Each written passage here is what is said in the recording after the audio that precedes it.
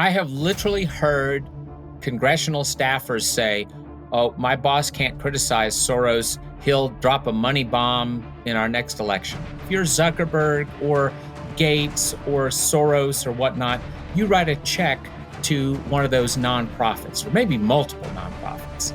And then at the base of the pyramid, you have what you see, what the ordinary American sees, and that is hundreds and hundreds of fake groups like Secure Michigan Elections, Floridians for a Fair Shake, Keep Iowa Healthy. So we're not writing you a check. We'll give you credits for your local Department of Elections to help you, and we'll give you improvement plans. Sean, don't you want an improvement plan for your office there? All right. I hope you're having a great weekend. You've hopefully had a little bit of downtime with your family and friends. I hope today, and if you watch the Friday show, you know what I'm talking about. Take some time and talk to younger Americans about what today is. It's not Veterans Day. It's not Armed Forces Day. Today, Memorial Day, we celebrate those who've made the sacrifice for our country to give us the freedoms, to allow young people to go sit around college campuses and support idiotic terrorist organizations that kill people, that take people hostage. But you know what? The freedoms that people have died for, who have sacrificed for us, allow people to be stupid and to do things like that. But we need to remember that this didn't come without cost. It came because of the sacrifice of so many Americans. So take a few moments today and do this. Today, we're going to have a quick conversation about what the Democrats are doing, though. Understanding what's happening and how much money's in the system to affect our policies and our politics and where it's coming from is critical to know what we're up against in November. We're going to talk about dark money. So check it out. I also want to show you a little bit about what I did on last week during Fleet Week at the end of the show. So stay tuned for some behind the scenes photos of what I did last week to get ready for Memorial Day. Let me ask you a question. Will you be prepared if you go without power? I mean, and I'm talking a day or a week, a month even. All the things that you think of right now, just think of this with me. Think of the things that you need to power up. Your computer, your phones, your tablets. Do you have kids? Do they have tablets? My gosh, can you imagine them with an hour without it? Never mind a day or a month. Your refrigerator, maybe a medical device that you need to power up. There's so many things that we depend on in life that we don't think of how we would operate without power. Unfortunately, because of natural disasters, power outages, attacks on the power grid, whatever, those things are becoming increasingly likely. And are we ready? I know I am. I have a Patriot Power Generator 2000X in my house. Now, here's the thing. Full disclosure, I used to have a gas generator, and we had an outage several years back for it was either 7 or 8 days. I can't even remember. And I had to run up the street all the time and get gas and fill it. I had to keep it outside, run the cords in. With a Patriot Power Generator 2000X, no more of that. It runs off a solar panel that comes free with it. Okay, no running to the gas station, no cords running in and out, no fumes, no noise, because you can bring it into your house, power your refrigerator, all those devices that I talked about. Go to forpatriots.com/Spicer to check it out and get yours. Be ready when an emergency happens. Scott, welcome to the show. I'm excited because, frankly, I've been waiting for somebody to break down this massive web, and your book does it in unbelievable fashion. So congratulations on that. And I'm really excited to kind of dive into this because we hear the term dark money all the time. And I think for a reason. Once I started reading your book, I was like watching the ball bounce all over the place, realizing that it's dark for a lot of reasons, partially because it seems like a group like Arabella structures it that way. They don't want you to find out what's happening. No, that's exactly right. I mean, half the genius of it is that it becomes ever more difficult to figure out who's doing what, and the origins of all this does get obscured. All right, so let's kind of walk through this methodically, and I don't even know that I would say logically, because I kept, every time I was reading a different segment, I wrote something down about, I want to get into that. So let's just start with, just to give people a sense of the dollar amount that we're talking about right now. How much do these groups control in the politics and policy space? Well, let's do it by a couple of election cycles. In the 2020 cycle, so that's 19 and 20, Arabella's nonprofits took in $2.4 billion. That is $1 billion more than the DNC plus the RNC. And then in 22, you might think, well, that's an off year, so they probably went down a little. Wrong. They went to $3 billion in the nonprofit revenues, which is more than the DNC, the RNC, the Republican House and Senate committees, the Democrat House and Senate committees. You got to throw another $500 million on to get to $3 billion. All right. So this is what I want people to understand. We're talking about billions and billions of dollars. So let's go to the who and the what and the where. So start by explaining, what is Arabella Advisors? Sure. I think the easiest way to understand this is if you think about a pyramid, and at the top of the pyramid, you have Arabella Advisors, which is a for-profit PR consulting company, Beltway Bandit, as they say in DC, right? It creates and operates the rest of the pyramid going down. In the middle of the pyramid, you have a half dozen nonprofits, both C3 charities and C4 political nonprofits. And that's where the money goes in, right? If you're Zuckerberg or Gates or Soros or whatnot, you write a check to one of those nonprofits, or maybe multiple nonprofits. And then at the base of the pyramid, you have what you see, what the ordinary American sees, and that is hundreds and hundreds of fake groups like Secure Michigan Elections, Floridians for a Fair Shake, Keep Iowa Healthy. Who doesn't love Iowa keeping healthy? I mean, that's a beautiful thing. When I'm reading the book and I'm looking at some of these groups that you describe, I think you call them, is this the same as pop-up groups? Yes. Okay. I just thought there's not a group that you don't like. It's like Strong America, Defending Justice. And you're like, I love justice. I'll defend it. I mean, they get the perfect names. Who could not like them? So walk me through. It's that. And by the way, I just want people to understand the structure that you said, which is so beautiful. It's a for-profit company, Arabella Advisors, that then springs up nonprofits who I assume all have to use the for-profit company, right? Well, theoretically they don't have to, but Sure. somehow they do. Yeah, it's just right? randomly convenient. All right, so tell me, how did this all happen? I think we hear about dark money, et cetera. How did it come to be? How did Arabella Advisors pop up? Well, it dates back to 2005. When you had a fellow who had been, at the League of Conservation Voters and the Clinton Interior Department and some things like that. And he came from a wealthy family. His parents, when he was a relatively young man, they sold the family business, which of course was connected to fossil fuels. You have to love it. Auto parts business.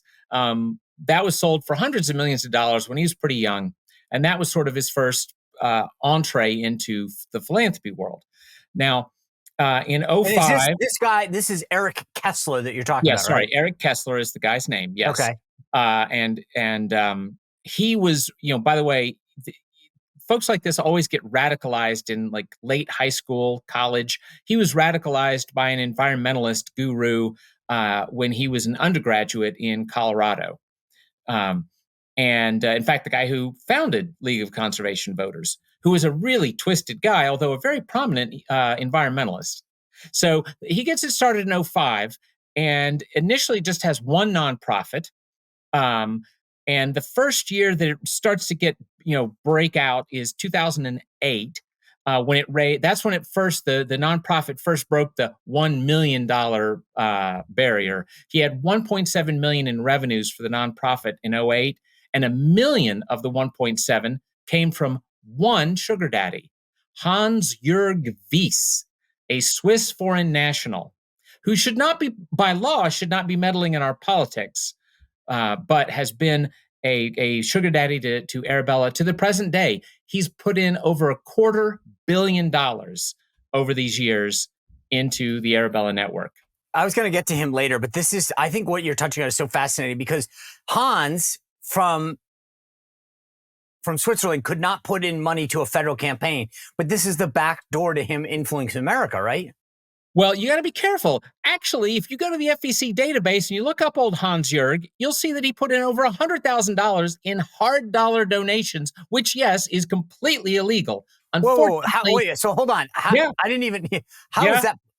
I mean, if he's putting his name, why are someone going to jail then?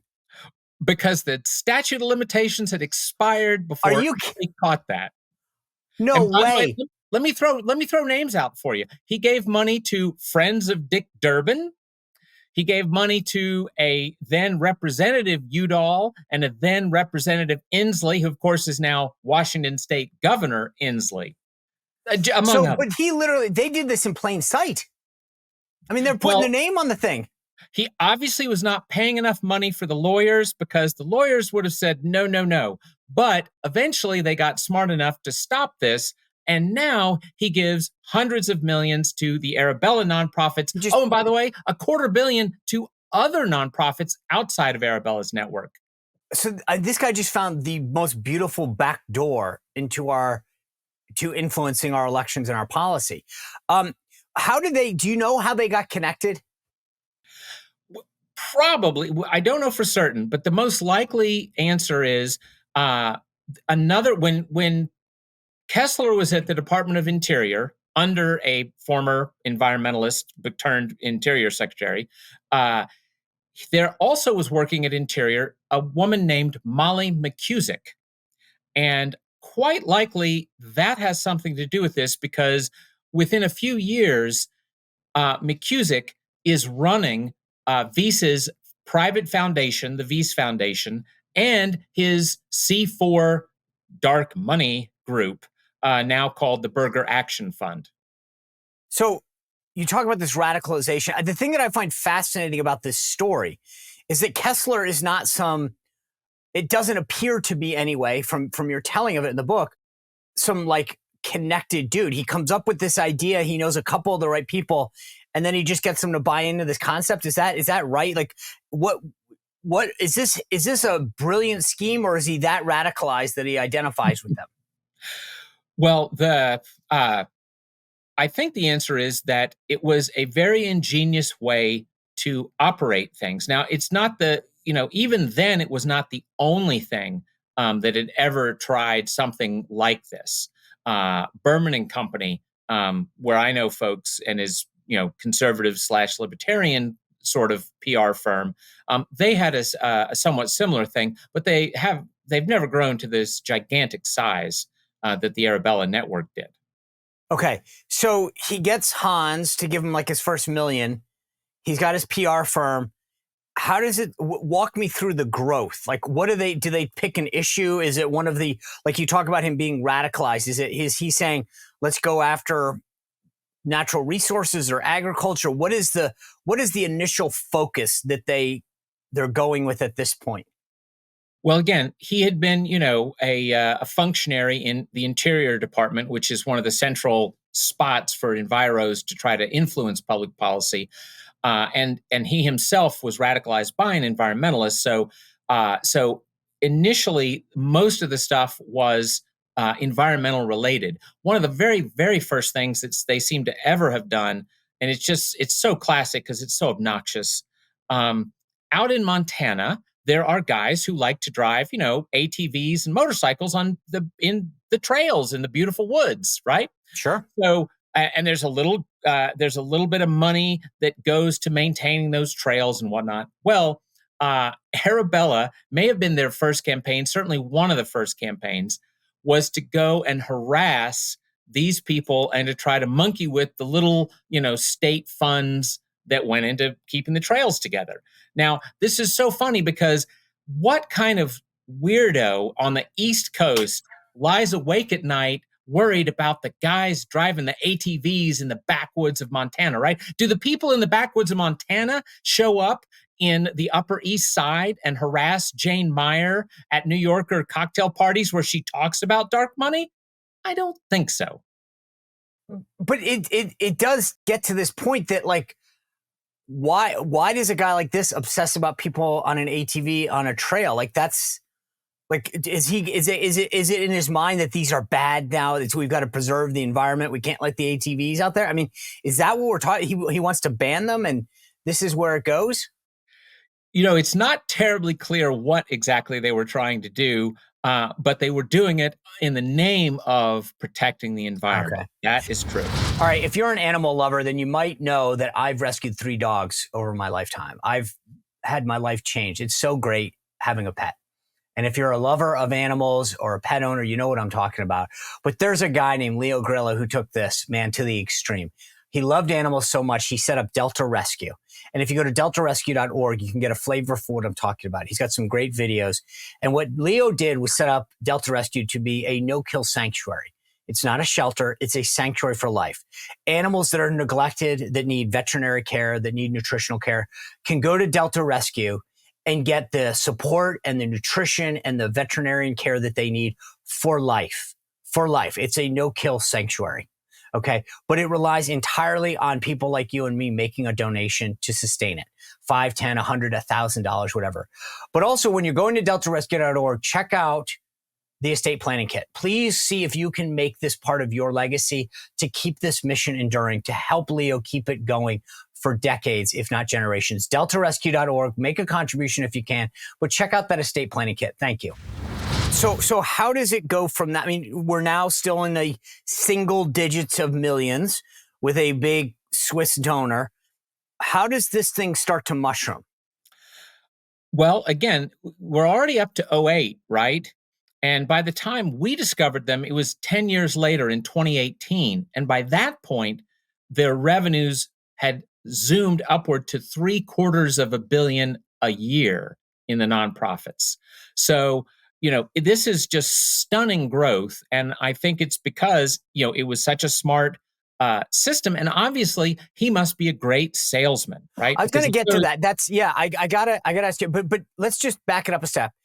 Nonprofits have to file what the IRS calls 990s. And when you look at a 990 and you go to a website called GuideStar and you pick any nonprofit, the Boy Scouts, your local nonprofit, they have to file a 990 and you can see how much the top people get paid, what their top vendors are.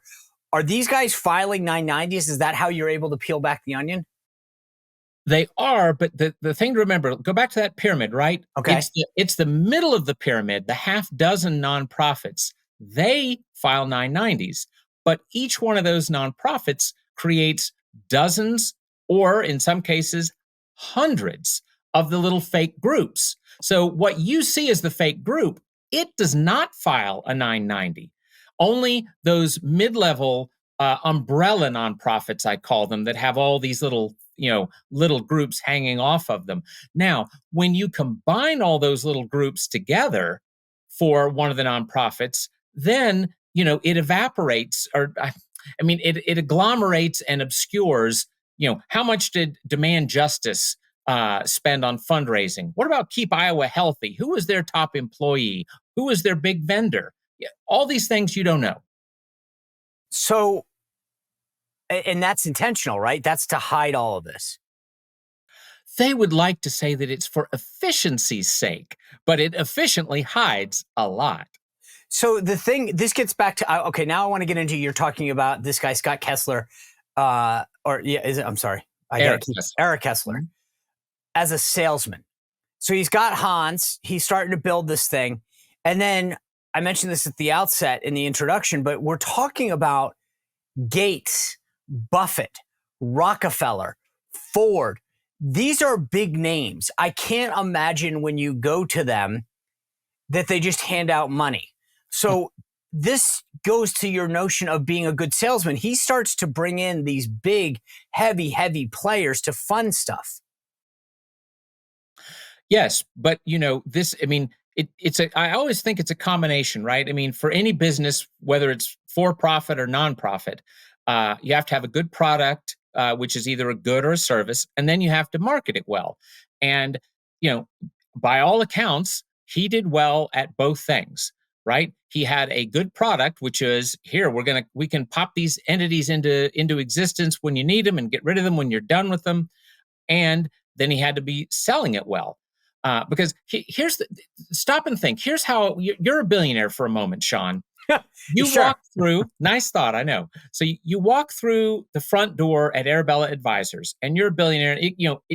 Typically it's gonna be either geographically focused or it's gonna be issue focused. Like I really care about abortion. I want to fight on Right. abortion, or I really want to take over North Carolina. Right? I want to flood the zone in North Carolina politically. Well, you walk through that door and you talk to the Arabella Advisors folks, and they go, "That's great, Sean. We can do this. And you know what we're going to do? We're going to set up a matched pair of a C3 charity, quote unquote, legally speaking, and a C4, right? The political nonprofit like the NRA or League of Conservation Voters, right? We're going to give you a matched pair of them. Women for Abortion and Women for Abortion Action Fund. Okay. And now, if you were doing this the old fashioned way, you'd have to go find a nonprofit lawyer and you'd have to incorporate probably in Delaware, and you'd have to find a few people to be on the board of directors, and they'd file those papers. And then for a C3 charity, they would have to go and apply to the IRS and wait 6 months, 10 months, 12 months to get it recognized as a nonprofit, right? All that. No, no, no, no. None of that crap. You walk through the door, and that afternoon, all Arabella has to do is create a new accounting code in one of those umbrella C3s and an umbrella C4. Bang. You exist. So they really, this is an economy of efficiencies, right? They're basically saying, Yeah. So I've never thought about, until I read your book, I never thought about some of these foundations in a political sense. Obviously, George Soros is in a category of his own. But the Bill and Melinda Gates Foundation, the Ford Foundation, Warren Buffett, is this a way, in your opinion, of using Arabella Advisors to pursue their personal agenda? Because I'm reading some of the stuff, maybe we can get into it in a second, but I was like, wow, I didn't realize how much Warren Buffett was into promoting abortion. Yeah, a lot of people are saying that now that they've looked at the book. Yes, who knew that nice old Warren is the biggest abortion funder in America? And again, you're quite right to point out he doesn't write a check off his personal checkbook. He writes a check off the Susan Thompson Buffett Foundation. Right?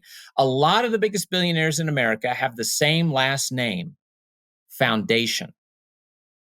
So it's just my foundation gives to your foundation, but then I can kind of keep my hands clean because it's running through the shadow organization to support abortion, and no one will really know I did it. Is that what we're getting at here?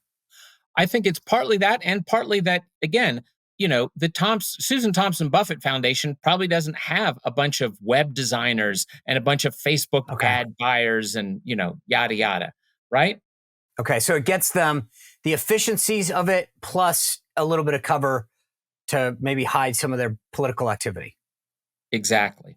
All right, speaking of political activity, one of the things that was so interesting was all the connections that Arabella and its web of folks have with the establishment Democratic Party. You mentioned in one of them, Ron Klain, super lawyer Mark Elias. Walk us through that, how all of these connections exist. Sure. And by the way, of course, that's one of the first bits of evidence when Arabella gets in the limelight at all, it hates it. Yes. And it claims, we don't run those nonprofits. Those nonprofits are our clients and they dictate what we do. And of course, Sean, how many companies do you know, Sean, that created their own clients, right? It's a little different. But anyway, one of the other beautiful bits of evidence is Mark Elias. Mark Elias is the Democrats' super lawyer, right? Now, admittedly, his star is tarnished a bit lately. He's lost some cases. He's a big mouth on Twitter, but not so good in the courtroom. Sad to say, I weep for him, but he still is quite the Democrat powerhouse, and he certainly has been quite the Democrat powerhouse. And he is it's a two-faced thing here. He is their attorney, which makes the idea that they are nonpartisan utterly laughable, right? I mean, Mark Elias literally tweets out, if you're not about winning elections for Democrats, we are not the law firm for you, right? It does not pass the laugh test to pretend that anybody with him as their lawyer is a nonpartisan outfit. But here's the flip side. Arabella services him, his democracy docket. That's capital D now, Sean. His Democracy Docket C3 is a pop-up group from an Arabella C3.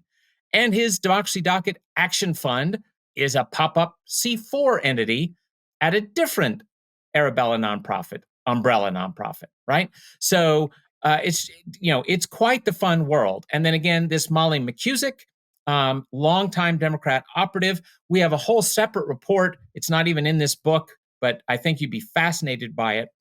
In the 2020 election, over $120 million from mostly C3 money sources like private foundations and donor-advised funds got put into a web of nonprofits, C3 charity nonprofits, to micro-target voter registration for the right demographics to elect Democrats. Well, in that, we have a whole big report on that, 30, 40 pages, called How Charities Win Elections, which, of course, is illegal. Charities are not supposed to be winning elections. But the report begins with an email that Molly McCusick, head of the Wyss Foundation and Wyss's C4, wrote to John Podesta. You may have heard of him, Sean. I have. They wrote to John Podesta in 2015, and it's the whole plan for how to have this massive C3 voter registration campaign, and it's from McCusick at her Wyss Foundation email. How's that? To John Podesta, who was then, of course, the all but formally announced head of the Clinton campaign. And by the way, Sean, these are not wimpy or lazy people. It was how to do it for the 2016 campaign to elect Hillary in the first place, and how to do it in the 2020 campaign to get her reelected. All right, I hope you had a chance last week to catch the episode I did with Tina from Just Thrive. So enlightening about what's going on in our guts. 70 to 80% of us are dealing with an unhealthy gut or a leaky gut. I didn't even know what half of this was. I mean, I've known about inflammation and bloating, acid reflux, all that other stuff, but I started to learn about how much more is dealt with if you have an unhealthy gut, including your mood. So having a healthy gut is critical. The problem is, for so many people, they'll take something like a probiotic and assume that that helps them. In theory, it should. Unfortunately, 99.9% of probiotics on the market just get eaten up in your stomach before they get to where they're supposed to go. Thankfully, the folks at Just Thrive have products that are 100% clinically tested. They've got more clinical research than anything on the market, and they do what they're supposed to do. And right now, for listeners of this show, if you go to justthrivehealth.com/Spicer, you can get 20% off a 90-day supply of either one, of the Just Calm, which I'm taking because I think I need to calm down a little, and the probiotic. And when you take them, you will understand what I'm talking about. It starts to give you a healthy gut, which makes life a lot easier. So go to justthrivehealth.com/Spicer, 20% off a 90-day supply of either the probiotic or the Just Calm.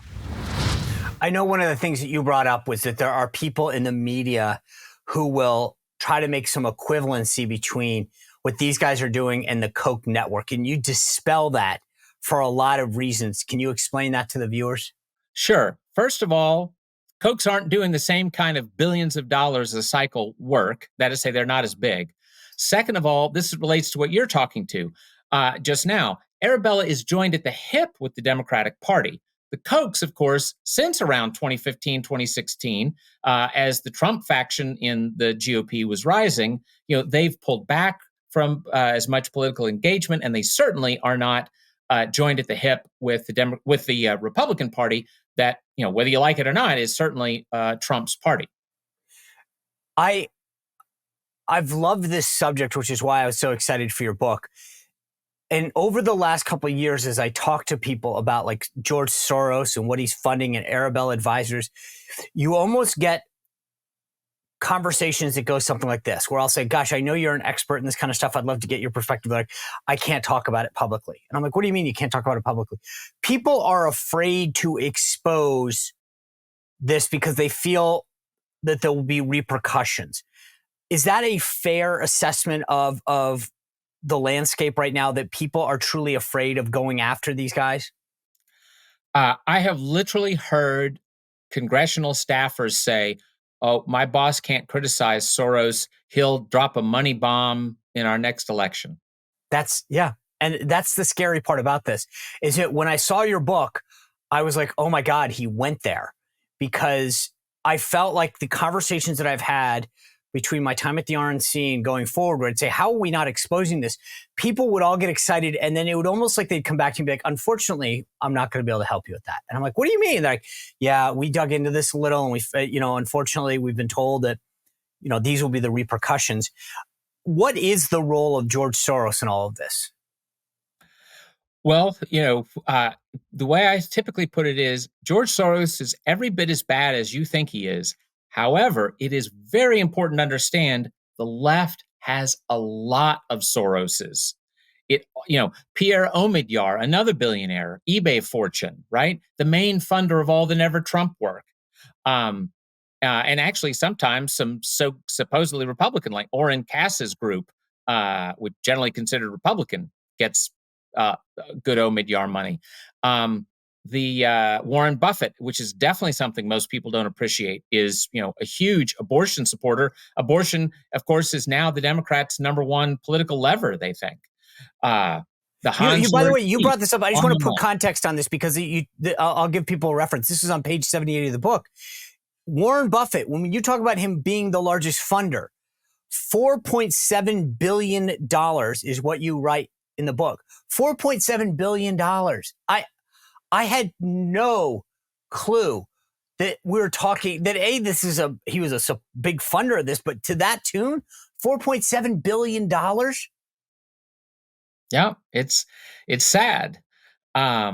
And I'm sure I'm forgetting, I know I'm forgetting a couple of, Reid Hoffman. And, again, the list of lefty billionaires goes on. And don't forget those ones with that same last name, Foundation. I almost never find a group that gets money from Soros that does not also get money from the Ford Foundation. Ford is easily as bad as Soros. Should people, when they now, like, I'll go out and I'll look on maybe a theater building or something, right? And it'll say donations made possible by, or even on PBS. One of the things is always like the Ford Foundation, the Bill and Melinda. Is this a one-off for them, or is this a major part of their giving?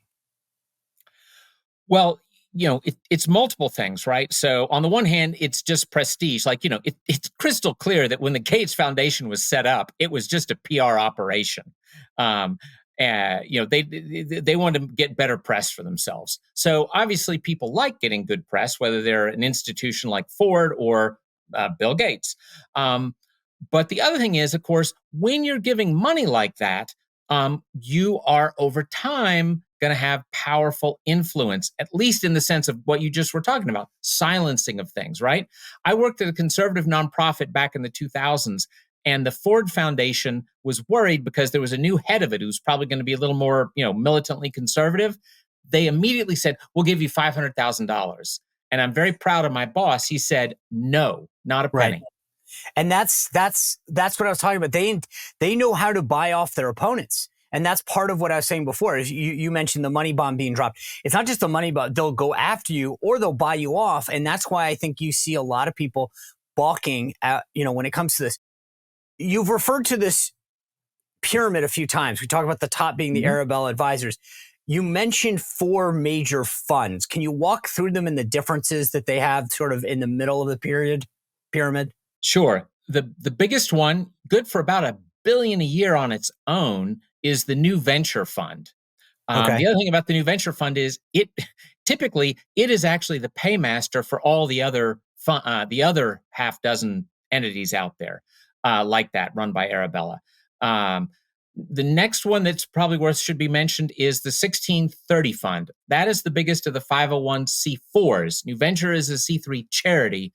1630 is a C4 political nonprofit. Now, it has been for a number of cycles one of the biggest, just plain old fighting in, congressional races, House and Senate races. Even Politico, for instance, will write up about how 1630 is this dark money powerhouse for the Democratic Party. Then you have another C4 would be the North Fund. Yes. North Fund mostly funds in state ballot initiatives, right? It's typically one of the top ballot initiative funders for any one of those, like those Ohio ones on abortion, things like that are really politically influential, powerful processes. How much? There's one thing in here. I was trying to look through my notes as we talked, because there was one media organization that you talk about, and I'm having a hard time finding it right now. How much are these guys getting into the media space where they're funding nonprofits that are helping the media? I think it was states or something there's two strings that Arabella's helped create, syndicates, whatever you want to call them, States Newsroom and Courier Newsroom.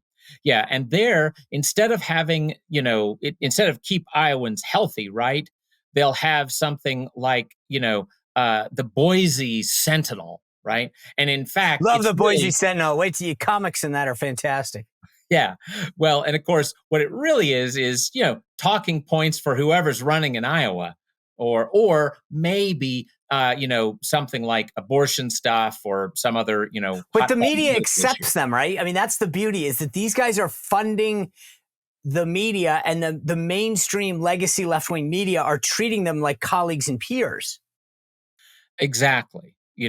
Not Breitbart, not the Federalist, not Fox News. Those are all monsters.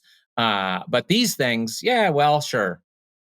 I think the other thing to understand, and again, I'll leave it to the book, but I just want to, you guys have a great thing on how Demand Justice went after Trump nominees, and they had just popped up in the conversation you're having with colleagues. I mean, I can't do it justice in the show right now because I think it would go too quick. But one of the things that I found fascinating is we've talked a lot on this show about women's sports and protecting women's sports.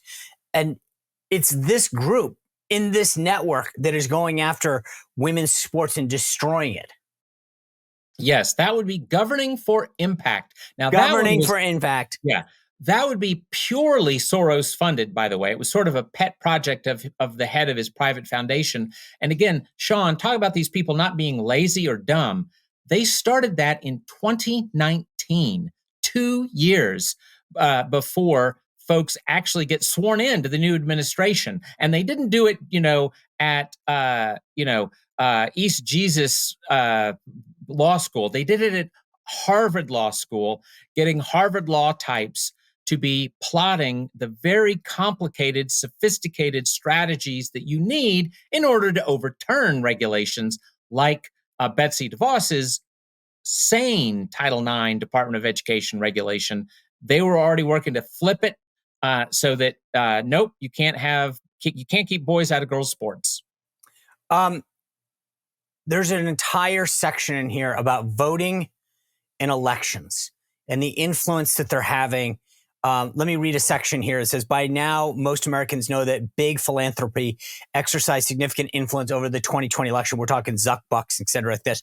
In numerous groundbreaking reports, CRC, that's your group, revealed how billionaire and left-wing mega group donor Mark Zuckerberg channeled $350 million through a sleepy Chicago nonprofit, the Center for Tech and Civic Life. That sounds so nice. To thousands of local elections officials. These so-called Zuck Bucks had the expected effect of boosting the turnout for Democratic nominee Joe Biden in battleground states under the guise of COVID-19 relief, a fact that has even appeared in the New York Times. What isn't well known about CTCL's election meddling is the close involvement of Arabella advisors. That's page 64. What's the close connection? Well, Sean, here's this is one of those frustrating things. You talk about how the 990s get, the IRS forms get filed, but they get filed typically about a year later, right? Right. Now, I can remember arguing with reporters, mainstream reporters, about whether the Zuck Bucks was really just like, we're going to help people buy masks and plexiglass, or is it a Democrat Party turnout operation, right? And they were, very skeptical. This was a partisan operation. Well, a year after the election, we discover, when Arabella releasing the forms at the very last legal second you can do it, a year later says, oh yeah, that new venture fund, our biggest C3, we put $25 million into that Center for Tech and Civic Life that got most of Zuckerberg's bucks. Now, if I had known that at the time, I'm confident I would have been able to persuade the New York Times and people like that. This is absolutely a partisan operation, because at this point, everybody knows Arabella's partisan. So what should we be worried about as we head into 2024 that they might be doing or funding? Well, see, here's the thing. That Center for Tech and Civic Life, I hate to say, it's still around. Now, 28 states ban the kind of Zuck Buck funding where they just write a check to a local election official. So they're smart and they're not lazy. They have found ways to try to get around that. Oh, we'll give you credits. We're not writing you a check. We'll give you credits for your local Department of Elections to help you, and we'll give you improvement plan. Sean, don't you want an improvement plan for your office there? And again, they focus on the big Democrat cities where you have the big turnout for their preferred political party. Well, guess what? They in the credits that they're handing out, those credits can be spent at the Center for Tech and Civic Life's partners, which include not one but two Arabella fake groups. So when I hear people say that we've gotten rid of Zuck Bucks, is that accurate or no?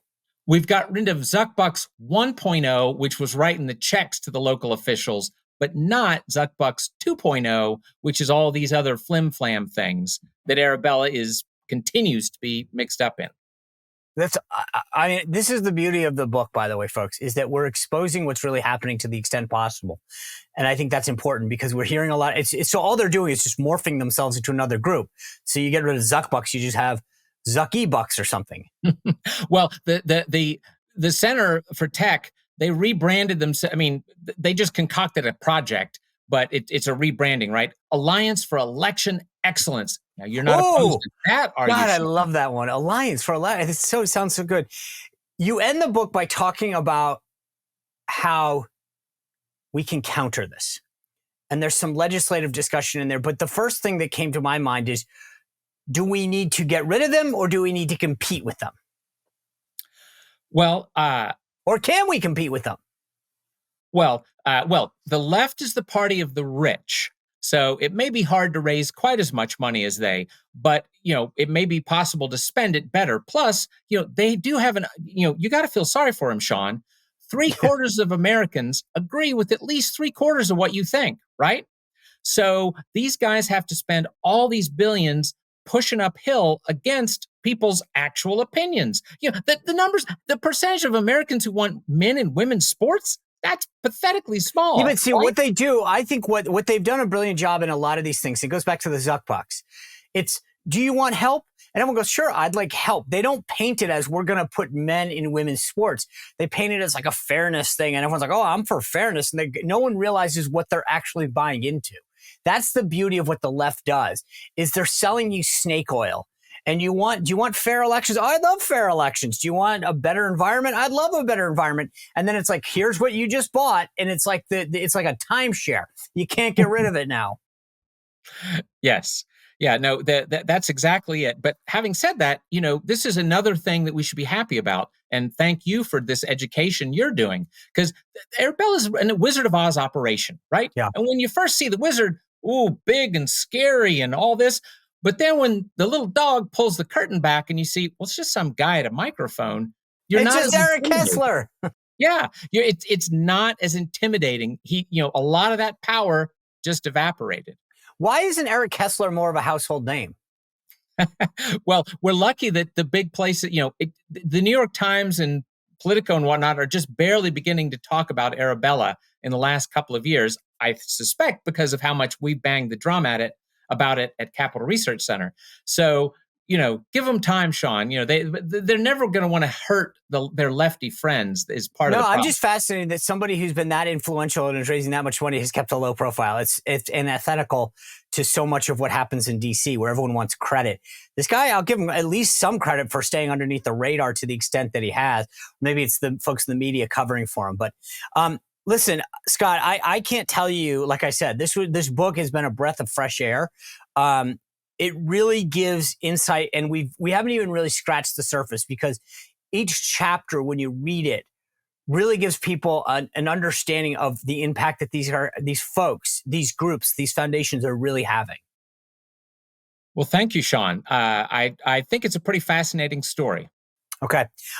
Folks, again, the book is called Arabella, the Dark Money Network of Leftist Billionaires Secretly Transforming America. It is eye-opening, it is jaw-dropping, and it is something that you should understand as we head into the election, because this is what we're up against. And as Scott has stated so eloquently, we don't have a competing entity. So you need to know what we're up against, and more importantly, be able to call it out when we see it. All right, I hope you enjoyed that conversation. I think it's so enlightening considering what we're facing. Before we go, last week, in preparation for Memorial Day, I was helped with the bringing up some of the assets that we needed from the United States Navy for Fleet Week. I want to show you a little bit about this. I mean, how patriotic. Sitting here watching the Statue of Liberty as you come into New York Harbor, you're looking at all these boats, these people on the thing. I mean, you want to talk about patriotism. This is it. Watching these young men and women man the rails of a ship coming in. Anyway, I just wanted to share that with you. I know that despite some of the polling I shared with you last week, patriotism is alive and well in so many corners of our country, and I'm grateful for the sacrifice that so many people made. Anyway, thank you for being here. I hope you did enjoy the weekend. We've got a big week ahead for you. Carrie Lake will be here. Steve Cortez is going to be here. Great rest of the week ahead. Please continue to subscribe and to share across all of our platforms as we head into the next 200 episodes of this show and careen towards debates and conventions and election night. This is the place to be, and I appreciate all your support. We'll see you back here tomorrow on The Sean Spicer Show. Well, if you enjoyed this content, make sure to like this video, subscribe, and click the notification bell to get more.